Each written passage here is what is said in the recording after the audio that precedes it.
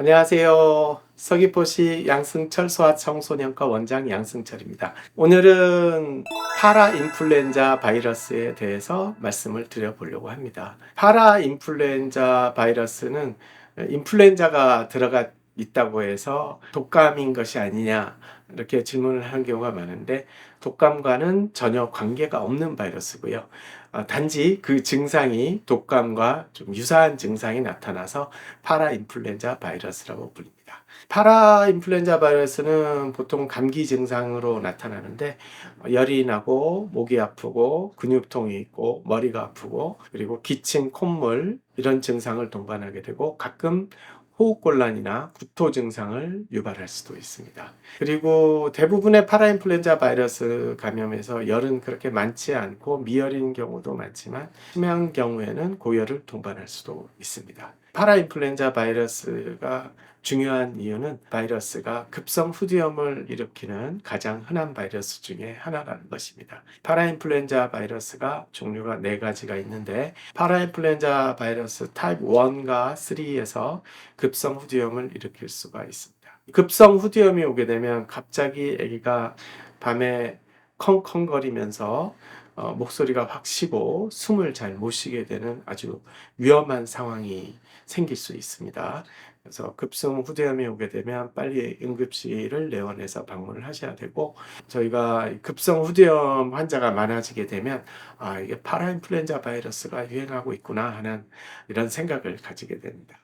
그리고 파라인플루엔자 타입 3 같은 경우에는 모세기관지염을 유발할 수 있습니다. 물론 RS 바이러스가 모세기관지염의 가장 흔한 원인이긴 하지만, 이 파라인플루엔자 바이러스 역시 모세기관지염을 유발할 수 있기 때문에 쌕쌕거리는 기침과 심한 기침, 고열, 그리고 호흡곤란을 유발할 수가 있습니다. 그 다음에 폐렴을 유발할 수도 있고요. 중이염의 원인 바이러스 중에 하나이기도 합니다.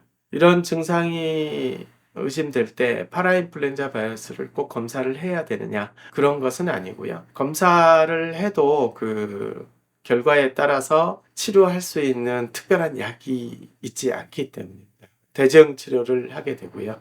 만약에 급성 후두염이 왔을 경우에는 호흡곤란을 완화시키기 위해서 스테로이드 치료나 호흡기 치료를 하면은 그 증상이 빨리 좋아질 수 있고, 그 시기를 놓칠 경우에는 이제 호흡곤란 때문에 위험할 수도 있기 때문에 조심을 하셔야 됩니다. 그리고 2차 감염으로 해서 폐렴이나 중이염이 왔을 경우에는 역시 항생제 치료를 해야 될 수도 있습니다. 보통 5일 이상 열이 계속된다면 이런 폐렴이나 중이염, 모세기관지염이 왔을 가능성이 있기 때문에 그때는 검사를 필요로 합니다. 이 역시 기침이나 콧물 등의 비말 감염이 가능하기 때문에 마스크와 손 씻기가 가장 중요하고, 이 바이러스는 아데노바이러스와는 다르게 다 낫고 나면 커다란 합병증을 남기거나 지속되는 그런 문제를 남기지는 않습니다.